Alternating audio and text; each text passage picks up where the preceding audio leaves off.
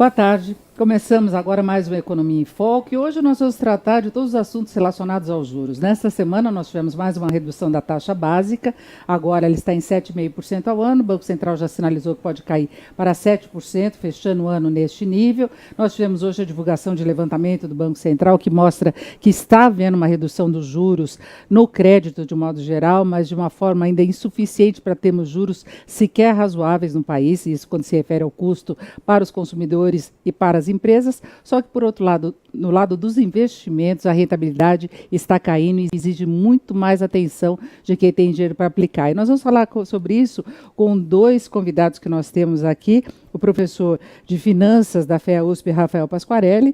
Uma boa tarde, professor. Boa tarde. E educador financeiro, André Bono. E eu lembro que vocês podem participar, mandar suas perguntas, comentários, que os dois vão tratar desses assuntos. Mas antes eu queria uma avaliação geral. Vamos começar pelo André lá na ponta. André, uma boa tarde para você. Como é que você vê esse movimento que nós temos de juros aqui no Brasil? Porque parece uma coisa assim, meio contraditória. Taxa básica pode chegar no nível recorde, nunca foi tão baixa do que os 7%. Só que nós temos juros caríssimos no crediário e rentabilidade caindo nas aplicações. Então fica meio que uma insatisfação geral, mesmo com esses recordes de baixa. Perfeito. Bom, na verdade, esse movimento de juros ele já está meio mapeado já tem um tempo, né? Essa queda vem acontecendo há bastante tempo e, de certa forma, não é nenhuma surpresa que isso tenha acontecido agora recentemente. O que acontece é que um dos fatores que faz com que os juros possa cair é a queda da inflação. Então, ao longo do tempo, a gente teve uma queda de inflação e isso foi permitindo com que o governo fosse ajustando esses juros para baixo, na medida que você também tem uma atividade econômica fraca e você precisa incentivar essa atividade econômica. Então, do ponto de vista da queda, no sentido de macroeconomia, ela está amparada nesse aspecto. Com relação a investimento, uma coisa que o investidor precisa ter em mente também é que não adianta você ter uma rentabilidade alta com uma inflação alta. Porque a rentabilidade do investimento está associada ao ganho acima da inflação e não a simplesmente você empatar a inflação, né? E aí tem um outro descasamento que você mencionou, que é o descasamento do custo para quem vai pegar o empréstimo e as taxas caindo. Aí tem um outro fator que está relacionado muitas vezes ao risco do banco de conceder esse empréstimo e a própria atividade econômica, na medida que emprego, esse tipo de coisa reage, as pessoas e empresas vão começar a ter mais condições de honrar com esses compromissos, e daí pode ser que você tenha uma redução mais acentuada. Professor Rafael, a sua avaliação em relação a esse cenário, eu queria acrescentar o comentário aqui de ouvinte, o Carlos Moreira, dizendo que o spread no Brasil é coisa de ladrões. Bom, o spread no Brasil deixa a taxa por tomador final elevada a ponto de fazer alguns agiotas corarem de vergonha de não cobrarem tanto quanto algumas instituições cobram. Então, a gente pode pegar o crédito no cartão.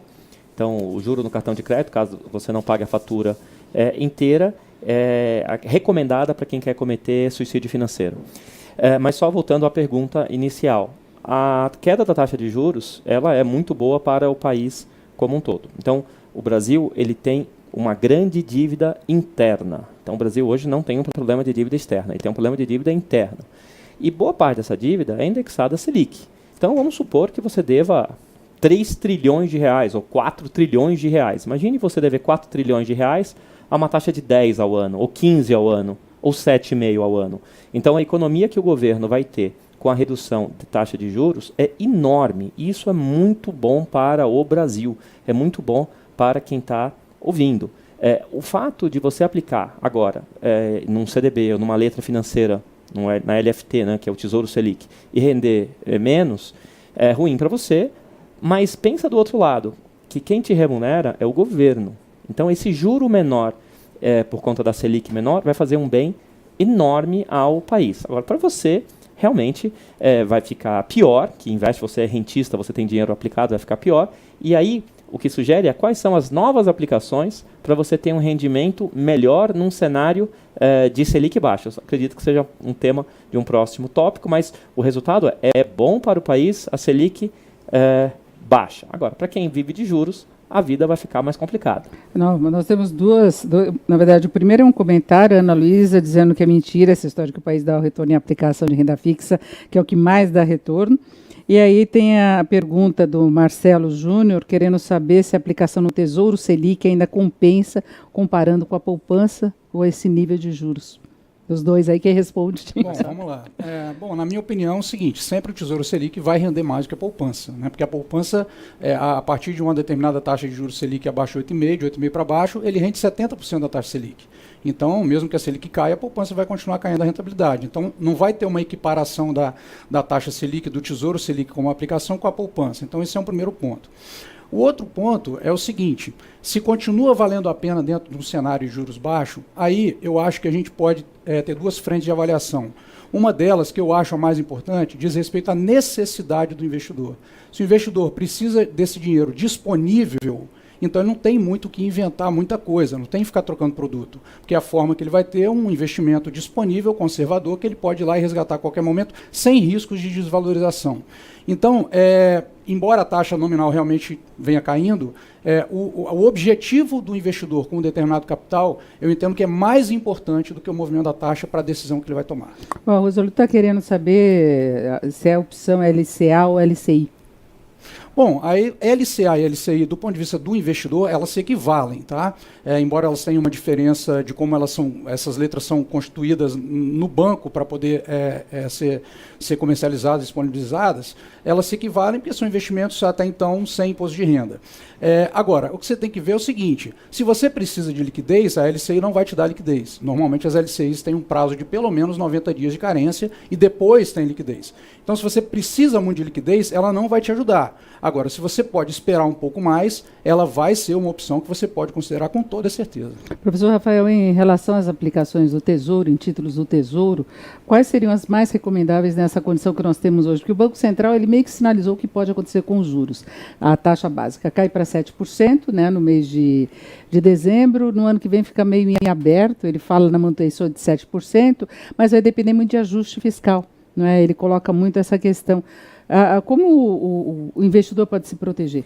Bom, a palavra proteção provavelmente vai ser seguida da palavra risco. Então, o risco que existe ao se investir no Tesouro não é um risco de crédito. A gente não está na mesa, o Brasil se vai ou não vai pagar o que deve. Então, o risco é de natureza, risco de mercado. Então, é a natureza da oscilação da taxa de juros. Então, qual é o ativo mais seguro dos títulos emitidos pelo governo federal, mais seguro em relação ao risco de mercado? Chama-se Tesouro Selic, LFT. Então, se você pegar o balanço de um banco, o balanço do banco tem que ter recursos prontamente disponíveis para fazer frente aos saques dos seus clientes. Onde está esse dinheiro? Na poupança? Óbvio que não. Está basicamente em LFT. Então, LFT, ou Tesouro Selic, é um excelente investimento se você quiser acompanhar a taxa básica da economia. Você não vai mais ficar rico com a Selic, como dava para ficar rico. Você ia ficar mais rico ainda se fosse rico no passado, porque só para lembrar, em 97 a Selic bateu 70%, 99 bateu, sei lá, os 40%, no início do governo Lula bateu 26%, com uma taxa real acima de 2 dígitos, então quem era rico ficou mais rico ainda. Não dá mais para ficar rico com Selic, mas dá para preservar o capital. Então, se o seu objetivo é preservar o capital e reduzir a praticamente zero a chance de você resgatar um valor inferior ao que você aplicou, tem que ser a LFT ou o Tesouro Selic, porque vai render a Selic. Poupança é para perdedores. Se você tem poupança perdedor. O que pode ser, você não tem dinheiro suficiente para colocar num investimento melhor. Aí, ok, mas aí também você tem R$10 por R$20, vai na poupança mesmo. Mas fora esses casos extremos, você tem que ter dinheiro em Tesouro Selic para preservar o capital. Se você está pensando em mais longo prazo, você tem que ter dinheiro protegido pela inflação. Então você vai ter que comprar o Tesouro IPCA ou a NTN-B. Agora vamos ver o que os ricos fazem também. Os ricos compram NTN-B. Então um caminho é, o que os ricos fazem? Os ricos colocam dinheiro em poupança? Só sob a mira de um 38.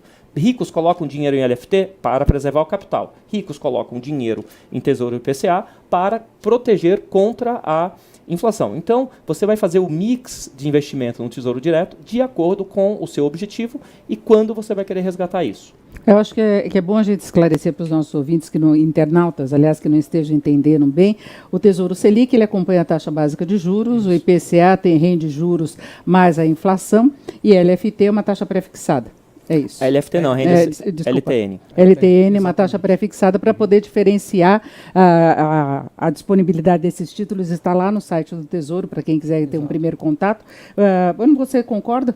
essa avaliação? Não, concordo. Eu acho que assim, como foi dito, eu acho que o principal ponto de decisão é o que você precisa e qual o prazo que você precisa do recurso. Isso é o que vai mandar na sua decisão. Não tem como você comprar um tesouro IPCA, que vai vencer em 2035, por exemplo, e precisar dele daqui a um mês. Por quê?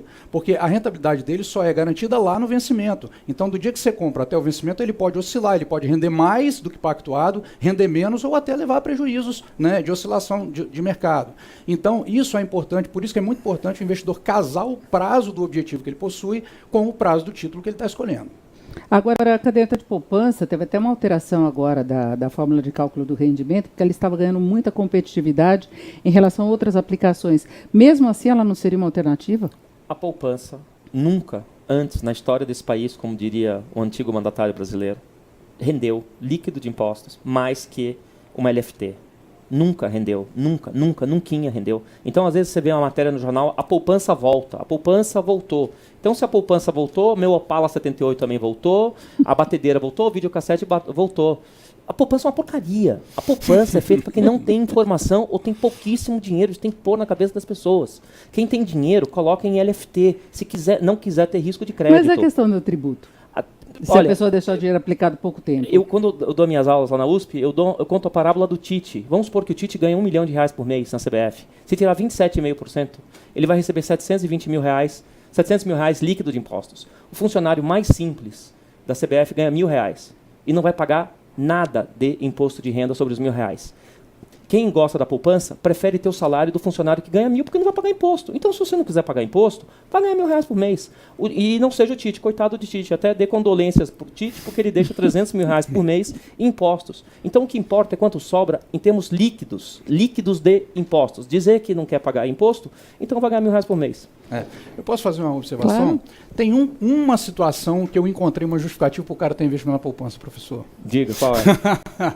É o seguinte, imagine uma situação onde uma pessoa tem uma reserva de emergência começando a formar o capital dela, tá? E essa reserva tem a finalidade de protegê-la contra imprevistos. E esse imprevisto ocorra num final de semana. Essa é uma situação. Então, já vi gente que fala assim, eu vou deixar na poupança o suficiente que o banco me permite fazer um saque emergencial, caso eu precise desse recurso. Foi a única aplicação, digamos assim, que eu vi possível para o investimento. Agora, essa não é uma decisão de retorno, que é o que o professor vem esclarecendo aqui. É uma decisão de liquidez máxima, inclusive num final de semana. Então, neste caso, eu realmente não tenho argumento para discordar. Eu tenho outro argumento ainda para justificar na poupança.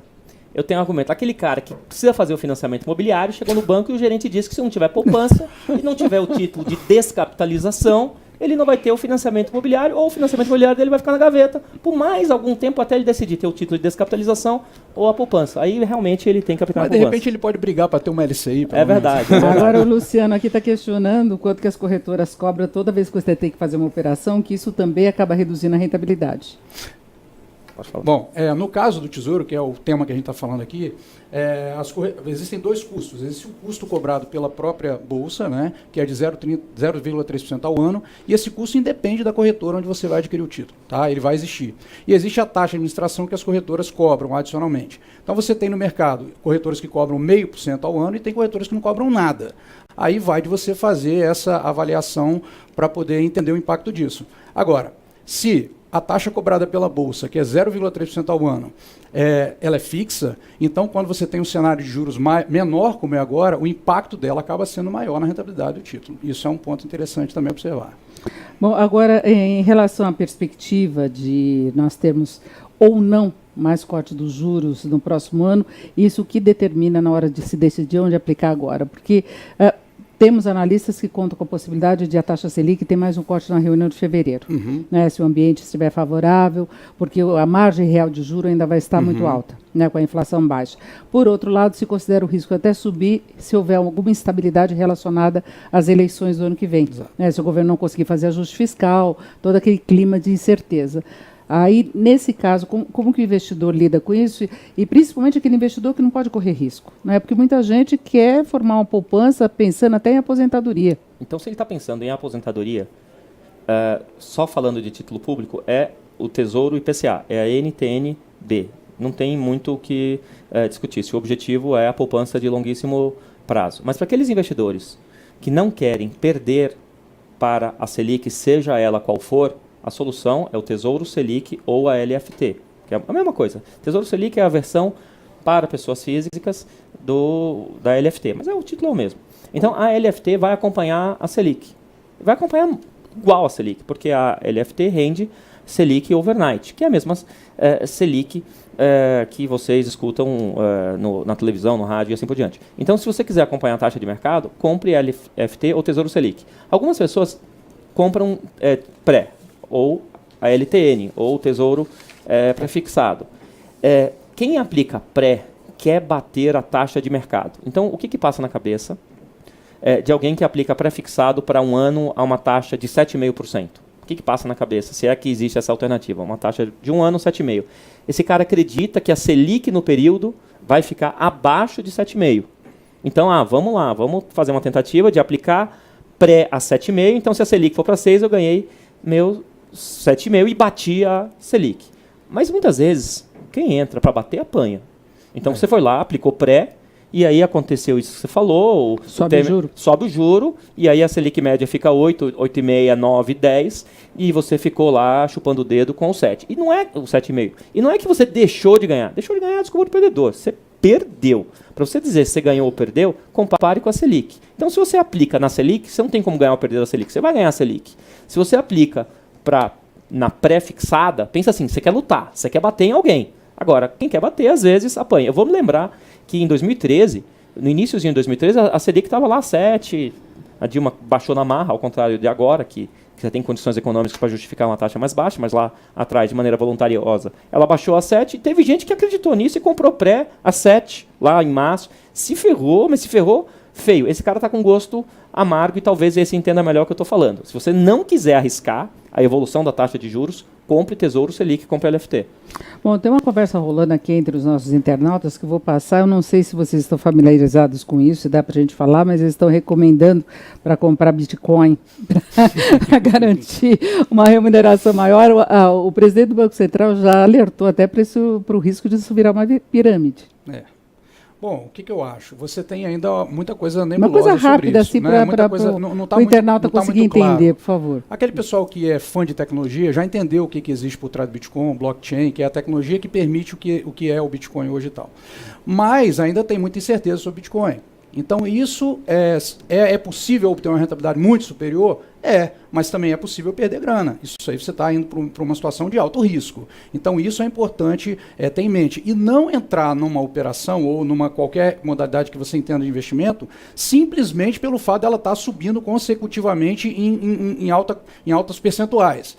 Porque isso não é um motivo saudável nem com base em fundamentos para você tomar decisão. Porque por que sobe? Então, essa questão é entender por que sobe, porque se fosse assim, a história das tulipas holandesas, esse tipo de coisa nunca teria acontecido. A crise de 2008, 2009 foi assim, foi a aposta numa rentabilidade crescente sem fim. Né? Exatamente, então é isso. O que eu tenho a dizer é o seguinte, o Warren Buffett, ele é dono de uma empresa que faz ketchup. Então, se você perguntar como é que a empresa de ketchup ganha dinheiro, a vendendo ketchup, porque as pessoas gostam de colocar ketchup no hambúrguer. O Warren Buffett tem uma seguradora nos Estados Unidos chamada Geico. Por que as seguradoras ganham dinheiro? Porque as pessoas têm carro, têm medo de bater o carro. Beleza, então você consegue estabelecer uma relação de causa e efeito como o produto surge. Enquanto você não entender exatamente, e eu não entendo, exatamente como funciona o Bitcoin, mantenha-se livre, mantenha-se distante até que você entenda realmente como isso funciona. Só voltando ao Warren Buffett, ele não investe um centavo daquilo que ele não tem uma perfeita compreensão e que ele não consiga explicar. Se ele não conseguir explicar, ele falava para a esposa dele, o business que ele vai entrar, ele não investe. Eu acho que, para quem é bilionário, vale a pena seguir a dica dele. Eu acho que essa recomendação vale, inclusive, para aquele investidor que não entende muito de mercado financeiro, que ele tenha pela porta de entrada a caderneta de poupança. Uhum. Porque aí ele vai escolher um título do Tesouro Direito, ele vai conseguir escolher qual a corretora que vai intermediar a operação. Porque tem muita gente que lê, olha aquilo, não entende, aí vai procurar um gerente de banco, o gerente recomenda um plano de previdência porque precisa fechar cota, um título de capitalização, que tem outras armadilhas do mercado financeiro, né? Então tem muito isso. Aí você vai buscar informação onde não deve buscar informação. Isso é bem legal que você falou. Uma vez chegou um aluno e falou para mim, professor, eu invisto em poupança, eu estou pensando agora em investir em ações. Eu falei assim, cara, você está num grau tão de indigência de conhecimento financeiro que você não pode sair daqui para ações. Vai para o título público, vai para um fundo DI, Gaste seu tempo aprendendo, para talvez daqui a alguns anos você investir numa ação sabendo o que você está fazendo. Se você não sabe o que você está fazendo, não faça, vá para o mais conservador. Nem que esse conservador seja poupança, mas eu estou te falando, o título público, uma LFT, tem que acontecer um cataclisma, regulatório inclusive, para o título público, a LFT, render menos que a poupança. Eu acho que essa é uma dúvida muito recorrente, no sentido de entender para que serve um determinado produto de investimento. Qual o objetivo, qual o prazo, a que se destina aquele produto de investimento. Então, quando a pessoa consegue entender o que os produtos financeiros têm de característica e a qual necessidade eles atendem, a escolha começa a ser mais consciente. Então, poupança, dinheiro de liquidez, conservador, e eu vou para a bolsa, que é um dinheiro de longo prazo, de alta volatilidade, não faz sentido. Então, esse é um exemplo de uma pergunta que não tem razão de ser, ela não deveria existir. A pergunta está errada, né? Não é nem a resposta que está errada, a pergunta está errada.